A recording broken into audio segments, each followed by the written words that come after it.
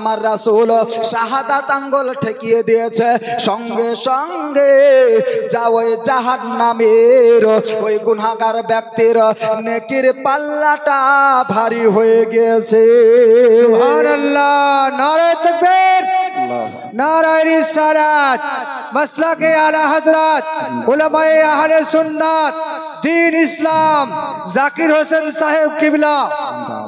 আপনার আমার রাসূল আপনার দেখলেন গুনাহগার উম্মতের আপনার নেকির পাল্লাটা ভারী হয়ে গেল।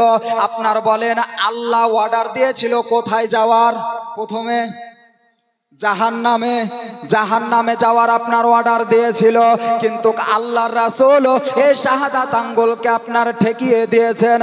আর আল্লাহর রাসূলের শাহাদাত আঙ্গুল ঠেকার সঙ্গে সঙ্গে এই উম্মতে মুহাম্মাদিকে আমার আল্লাহ পাক রব্বুল আলামিন বললেন, ও আমার ফেরেশতারা